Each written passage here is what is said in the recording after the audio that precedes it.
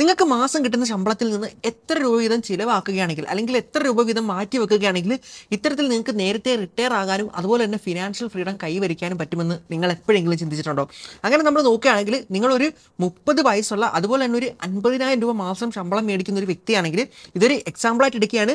അങ്ങനെ ഒരു വ്യക്തിയാണ് നിങ്ങളെങ്കിൽ ഇത്തരത്തിൽ ഓരോ മാസവും നിങ്ങൾ എത്ര രൂപ വീതം നിങ്ങൾക്ക് കിട്ടുന്ന 50,000 രൂപയിൽ നിന്ന് എത്ര രൂപ വീതം ഓരോ ആവശ്യങ്ങൾക്കായിട്ട് മാറ്റി വെക്കണമെന്നും എത്ര രൂപ വീതം പ്രോപ്പറായിട്ട് ഇൻവെസ്റ്റ് ചെയ്യണം തുടങ്ങിയ കാര്യങ്ങളാണ് കണക്കുകൾ സഹിതം ഞാൻ ഇന്ന് നിങ്ങൾക്ക് പറഞ്ഞു തരാനായിട്ട് പോകുന്നത്. അപ്പോൾ നിങ്ങളുടെ കേസിലേക്ക് നോക്കുകയാണെങ്കിൽ നിങ്ങൾ ഇനി 30 വയസ്സിന് താഴെയോ മുകളിലോ ഉള്ള ആളാണെങ്കിലും അതുപോലെ തന്നെ നിങ്ങളുടെ സാലറി എമൗണ്ട് എന്ന് പറഞ്ഞ ഇത്തരത്തിൽ 50,000 കൂടുതലോ കുറവോ ആയിക്കോട്ടെ, ഈ ഒരു നമ്പർ സ്റ്റാൻഡേർഡ് ആയിട്ട് വെച്ചുകൊണ്ട് നിങ്ങളുടെ നമ്പേഴ്സ് അതിലേക്ക് ഇട്ട് കൊടുക്കുകയാണെങ്കിൽ നിങ്ങൾക്ക് സിമ്പിളായിട്ട് ഈ ഒരു കാര്യങ്ങൾ മനസ്സിലാക്കാൻ പറ്റുന്നതാണ്. അങ്ങനെയാണെങ്കിൽ നമുക്ക് വീഡിയോയിലേക്ക് കടക്കാം. അപ്പോൾ നമ്മളിവിടെ എക്സാമ്പിളായിട്ട് എടുത്തിട്ടുള്ള വ്യക്തിയുടെ പ്രായം എന്ന് പറയുന്നത് 30 വയസ്സും അതുപോലെ തന്നെ അദ്ദേഹത്തിൻ്റെ സാലറി എന്ന് പറയുന്നത് 50,000 രൂപയുമാണ്. അപ്പോൾ ഇത്ര കാലം ഇൻവെസ്റ്റ്മെൻറ്റോ കാര്യങ്ങളോ ഒന്നും ചെയ്യാതെ അടിച്ചു പൊളിച്ച് നടന്നിരുന്ന ഒരു വ്യക്തിയാണ്. എന്നാൽ അദ്ദേഹത്തിന് 30 വയസ്സായ സമയത്ത് ഇത്തരത്തിൽ ബോധോദയം ഉണ്ടായിട്ട് പ്രോപ്പറായിട്ട് ഫിനാൻഷ്യൽ ചിട്ടയോടുകൂടി ജീവിക്കാൻ തീരുമാനിച്ചു എന്ന് കരുതുക. അങ്ങനെയാണെങ്കിൽ അദ്ദേഹത്തിൻ്റെ ഈ കിട്ടുന്ന 50,000 സാലറിയിൽ നിന്ന് അദ്ദേഹം ഓരോ ആവശ്യങ്ങൾക്കായിട്ട് എത്ര രൂപ വീതം ചിലവാക്കണം എന്നും അതുപോലെ തന്നെ എത്ര രൂപ വീതം ഇൻവെസ്റ്റ് ചെയ്യണം എന്നാണ് ഞാൻ ഈ കണക്കുകൾ സഹിതം ഇപ്പോൾ പറയാനായിട്ട് പോകുന്നത്. അപ്പോൾ ആ ഒരു കണക്കുകളിലേക്ക് നോക്കുകയാണെങ്കിൽ നിങ്ങൾക്കും ഏകദേശം ഒരു ധാരണ കിട്ടും. അപ്പോൾ ഇവിടെ 30 വയസ്സുള്ള ഒരു വ്യക്തിക്ക് മാസം 50,000 രൂപ ശമ്പളം കിട്ടുകയാണെങ്കിൽ അതിൻ്റെ 60%, അതായത് 30,000 രൂപ അദ്ദേഹത്തിൻ്റെ നീഡ്സിന് വേണ്ടി മാറ്റി വെക്കേണ്ടതുണ്ട്. അതായത് നീഡ് എന്താണെന്ന് ചോദിക്കുകയാണെങ്കിൽ ഭക്ഷണം, അതുപോലെ തന്നെ വസ്ത്രങ്ങൾ തുടങ്ങിയ ഉപേക്ഷിക്കാൻ പറ്റാത്ത, ഒഴിച്ചുകൂടാൻ പറ്റാത്ത അത്യന്താപേക്ഷിതമായിട്ടുള്ള കാര്യങ്ങൾ എന്തെല്ലാമാണോ അതിനാണ് നമ്മളിവിടെ നീഡ്സ് എന്ന് പറയുന്നതില്ലേ. അപ്പോൾ അതിന് വേണ്ടിയിട്ട് 50,000 രൂപയിൽ നിന്ന് 30,000 രൂപ, അതായത് 60% മാറ്റി വെക്കേണ്ടതുണ്ട്. എന്നിട്ട് നമ്മളിനി നോക്കുകയാണെങ്കിൽ ബാക്കി 20,000 രൂപ വരുന്നുണ്ടല്ലേ. അങ്ങനെയാണ് ഈ പറഞ്ഞ 20,000 രൂപയുടെ 90% അദ്ദേഹം എമർജൻസി ഫണ്ടിലേക്കാണ് ആദ്യം മാറ്റി വെക്കേണ്ടത്. കാരണം ഇത്ര കാലവും അദ്ദേഹത്തിന് സേവിങ്സോ കാര്യങ്ങളോ ഒന്നും തന്നെ ഇല്ല. അതുകൊണ്ട് തുടക്കം ഇൻവെസ്റ്റ്മെൻറ്റോ കാര്യങ്ങളോ ഒന്നും തന്നെയല്ല ചെയ്യേണ്ടത്.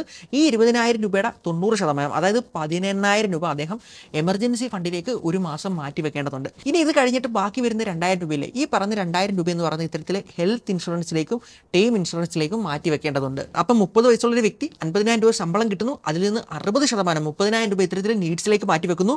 ബാക്കി 20,000 രൂപയുടെ 90% ഇത്തരത്തിൽ എമർജൻസി ഫണ്ടിലേക്ക് മാറ്റി വെക്കുന്നു. ബാക്കി വരുന്ന 10% ഹെൽത്ത് ഇൻഷുറൻസിലേക്കും ടേം ഇൻഷുറൻസിലേക്കും മാറ്റി വെക്കുന്നു. അങ്ങനെ ഒരു വർഷം അദ്ദേഹം ചെയ്യുകയാണെങ്കിൽ ആ ഒരു വർഷം അദ്ദേഹത്തിന് കിട്ടിയ ടോട്ടൽ നെറ്റ് ഇൻകത്തിൻ്റെ 60% എന്തായാലും ഇത്തരത്തിൽ പല എക്സ്പെൻസിനായിട്ട്, അതായത് നീഡ്സിനായിട്ട് പോയി കഴിഞ്ഞു.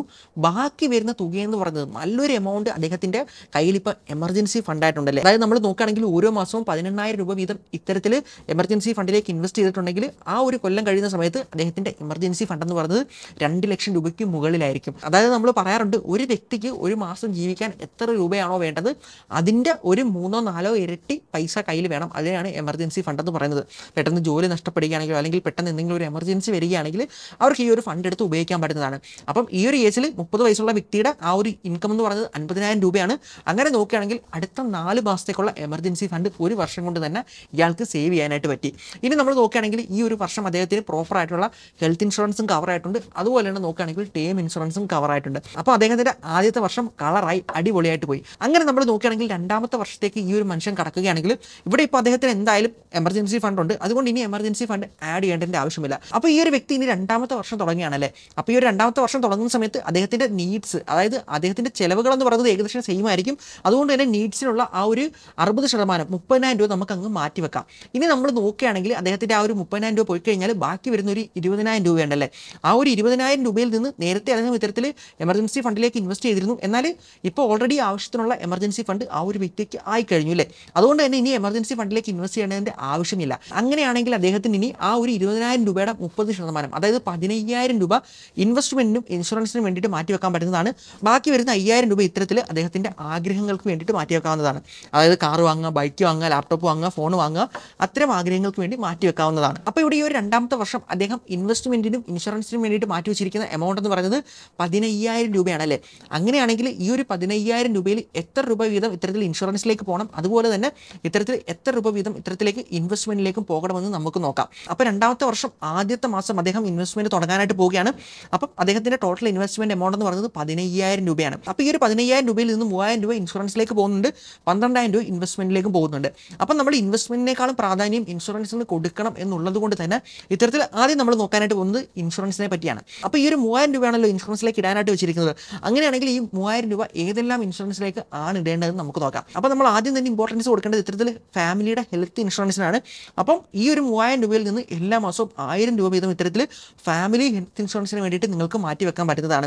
ഇനി നിങ്ങൾ രണ്ടാമതായിട്ട് നോക്കുകയാണെങ്കിൽ ഇത്തരത്തിൽ ആ ഒരു 3000 രൂപയിൽ നിന്ന് മറ്റൊരു 1000 രൂപ ഇത്തരത്തിൽ നിങ്ങൾക്ക് ടേം ഇൻഷുറൻസിന് വേണ്ടിയിട്ട് മാറ്റി വെക്കാനായിട്ട് പറ്റുന്നതാണ്. ഇനി അധികം വരുന്നൊരു 1000 രൂപ എന്ന് പറയുന്നത് ഇത്തരത്തിൽ നിങ്ങൾക്ക് നിങ്ങളുടെ ഗാഡ്ജറ്റ്സുകളുടെ ഇൻഷുറൻസിന് വേണ്ടിയിട്ട് മാറ്റി വെക്കാൻ പറ്റുന്നതാണ്. അതായത് ഉദാഹരണം പറയുകയാണെങ്കിൽ നിങ്ങൾക്ക് ഐഫോണോ മാക്ബുക്കോ അങ്ങനെ എക്സ്പെൻസീവ് ആയിട്ടുള്ള ഗാഡ്ജറ്റ്സ് ഉണ്ടെന്ന് കരുതുക.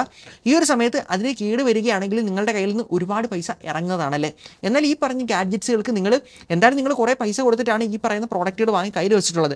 അങ്ങനെയാണെങ്കിൽ ഇതുപോലെ തുച്ഛമായ പൈസ മുടക്കിക്കൊണ്ട് ഇത്തരം ഗാഡ്ജറ്റ്സുകൾക്ക് ഒരു ഇൻഷുറൻസ് എല്ലാ വർഷവും എടുത്ത് വെക്കുകയാണെങ്കിൽ നിങ്ങൾക്കത് കേട് സംഭവിക്കുകയാണെങ്കിൽ വലിയ രീതിയിലുള്ള പണം സേവ് ചെയ്യാനായിട്ട് പറ്റുന്നതാണ്. അപ്പോൾ നിങ്ങൾ നിങ്ങളുടെ ഇൻഷുറൻസിലേക്ക് നോക്കുകയാണെങ്കിൽ ആദ്യം തന്നെ ഈ 3 കാര്യങ്ങൾ പ്രോപ്പറായിട്ട് സെറ്റ് ചെയ്ത് വെച്ചിരിക്കണം. അപ്പോൾ 15000 രൂപയിൽ നിന്ന് 3000 രൂപയുടെ ഇൻഷുറൻസ് കവർ ആയില്ലേ.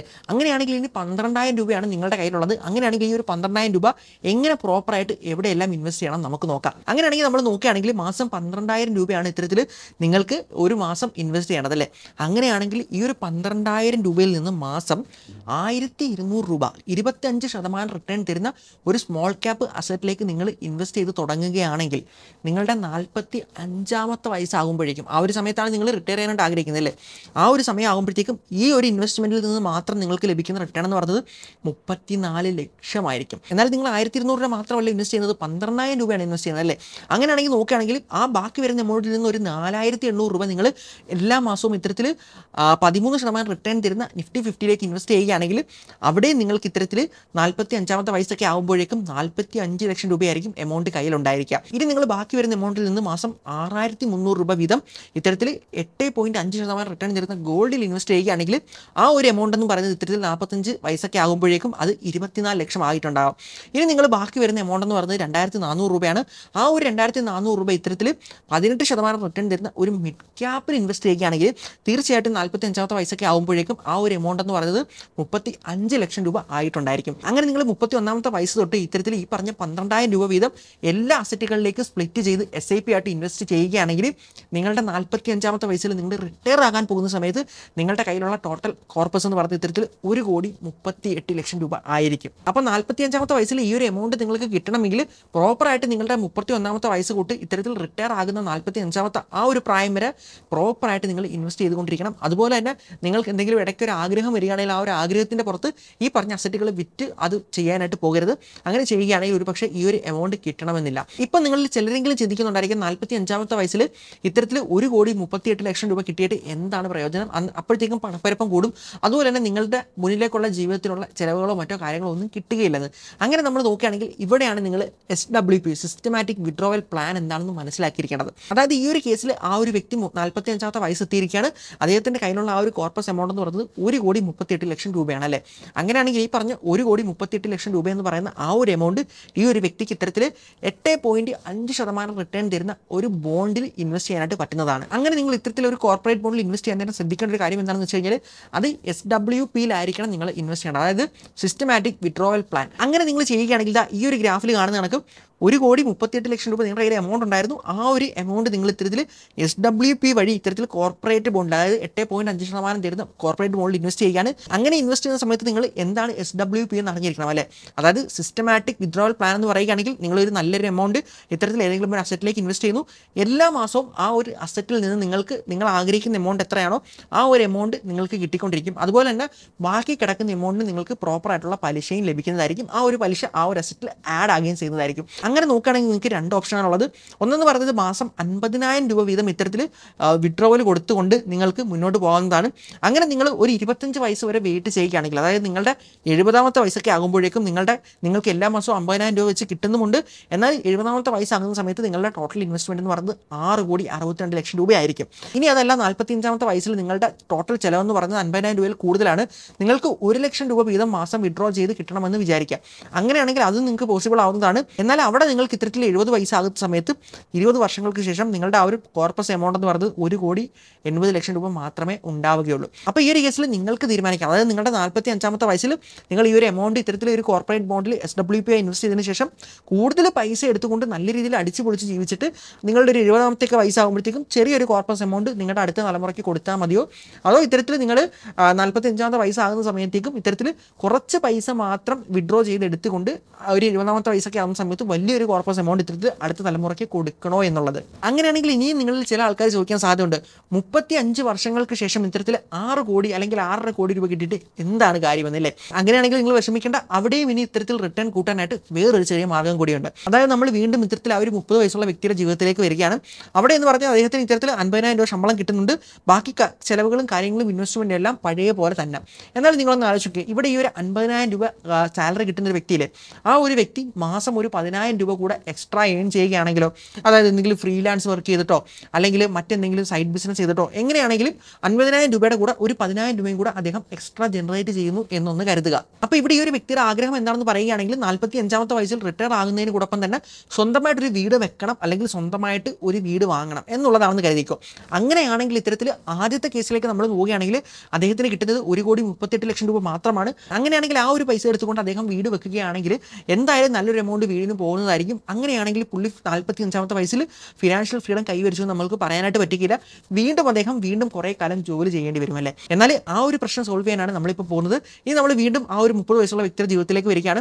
അവിടെ അദ്ദേഹത്തിൻ്റെ ആ ശമ്പളം എന്ന് പറയുന്നത് 50,000 രൂപ തന്നെയാണ്. ചെലവുകളും ഇൻവെസ്റ്റ്മെൻറ്റും അതെല്ലാം തന്നെ പഴയ പറഞ്ഞ നമ്പർ തന്നെയാണ്. എന്നാൽ നിങ്ങളൊന്ന് ആലോചിച്ച് നോക്കുക, ഈ ഒരു വ്യക്തി അദ്ദേഹം ഒരു 10,000 രൂപ കൂടെ എക്സ്ട്രാ സമ്പാദിക്കുകയാണ്. അതായത് ഫ്രീലാൻസ് വർക്ക് ചെയ്തോ അല്ലെങ്കിൽ ഇത്തരത്തിൽ എന്തെങ്കിലും സൈഡ് ബിസിനസ് ചെയ്തോ 10,000 രൂപ. അപ്പോൾ അദ്ദേഹത്തിൻ്റെ ടോട്ടൽ ഇൻകം എന്ന് പറയുന്നത് 50,000 രൂപ സാലറിയും 10,000 രൂപ ഇത്തരത്തിൽ സൈഡ് ബിസിനസ് വഴി ലഭിച്ചതും. അങ്ങനെ നോക്കുകയാണെങ്കിൽ ടോട്ടൽ ഒരു മാസത്തെ ഇൻകം എന്ന് പറയുന്നത് 60,000 രൂപ അല്ലേ?